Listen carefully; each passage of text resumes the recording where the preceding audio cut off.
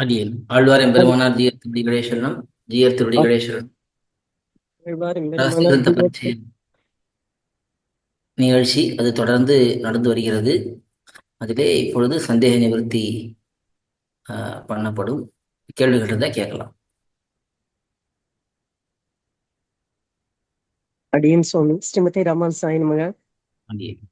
கர்ம ஞான பக்தி இந்த இதுல எல்லாம் இழியாததற்கு காரணம் விளம்ப அசகம்ன்றதுனாலயா இல்லே இந்த மார்க்கங்கள் ஸ்வரூப விரோதி அப்படின்றதுனாலயா சுவாமி? பல காரணங்கள் சொல்லப்படுறது.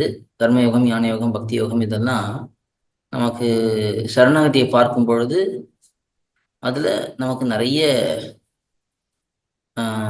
குறைபாடுகள் இருக்கு. ஒரு பண்றதுக்கு ரொம்ப கஷ்டம், பல ஜென்மங்கள் ஆகும்.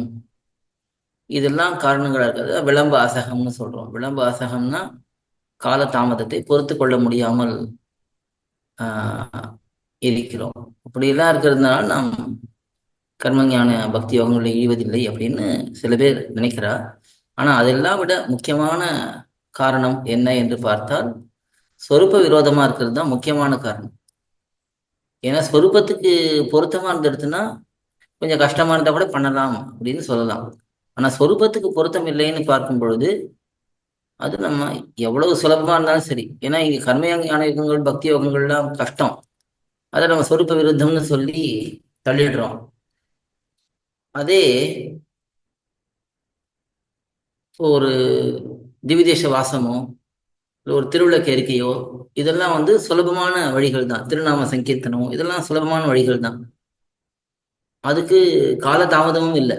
ஆனாலும் அதை நாம் ஏன் கை கொள்வதில்லை உபாயமாக அப்படின்னு பார்த்தா அதுக்கு காரணம் சொரூப விரோதமா இருக்கிறது தான். அப்போ எல்லா உபாயங்களுக்கும் ஒரு பொதுவான தன்மை இருக்கு. அதாவது சரணாகதியை தவிர மற்ற எல்லா உபாயங்களுக்கும் ஒரு பொதுவான குறைபாடு இருக்கு. அது என்ன குறைபாடுன்னா சொரூப விருத்தமா இருக்குது, சொரூபத்துக்கு பொருத்தம் இல்லாமல் இருப்பது.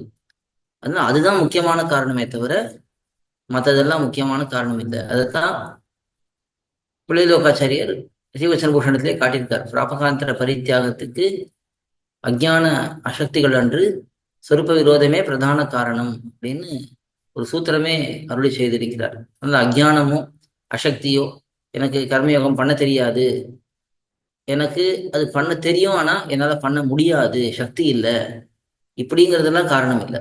சொரூபத்துக்கு பொருத்தம் இல்லை. பாரதந்திரியம்னு பார்க்கும் பொழுது பகவானுக்கே ஆட்பட்டு இருக்கக்கூடிய இவன் தன்னுடைய முயற்சியாலே பகவானை அடைகிறான் அப்படிங்கிறது நேர சொரூபத்துக்கு சேராது. அப்படிங்கிறதுனால தான் இந்த எல்லா உபாயங்களையும் நாம் விட்டு பகவானையே உபாயமாக பற்றுகிறோம். அப்படிங்கிறது தான் நம்முடைய பெரியோர்களுடைய நிர்ணயமான விளக்கம். அடியேன் சுவாமி தன்யோஸ்மி சுவாமி. அடி அடி ஸ்ரீமதி ராமானுசாய நமக. சரி. ஆழ்வார் எம்பெருமானார் ஜீயர் திருவடி கணேசரணம். ஜீயர் திருவடி கணேசரணம். அடியேன்